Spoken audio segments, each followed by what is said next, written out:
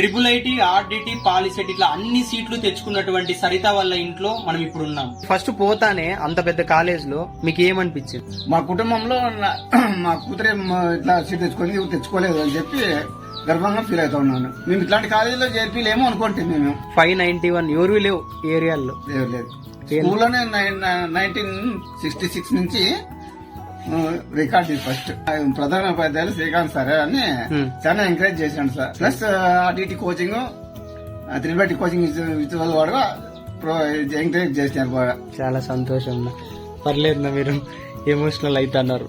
So హ్యాపీనా. నిజంగా ఇది ఖచ్చితంగా మీ పాప సాధిస్తుందినా. ఇప్పుడు ఇది ఒకటే కాదు, ఇంకా చాలా కష్టపడుతుంది. అక్కడ కూడా మంచి పేరు తెస్తుంది మీకు. ఎందుకంటే ఎనీ టైం చదువుతాండి అమ్మాయి. మా ఇన్ని సీట్లు వచ్చినాయి కదా, నువ్వు ఎలా ఫీల్ అవుతున్నావు? చాలా హ్యాపీగా ఫీల్ అవుతున్నా అన్న. అమ్మ నాన్నలకి చాలా బర్డెన్ తగ్గించినట్టు ఉంది.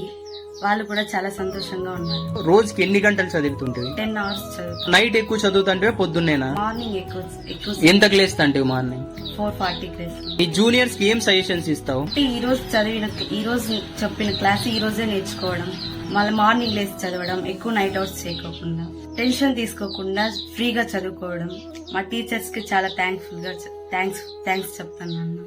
మళ్ళీ కోచింగ్ వాళ్ళకి కూడా థ్యాంక్స్ చెప్తాను.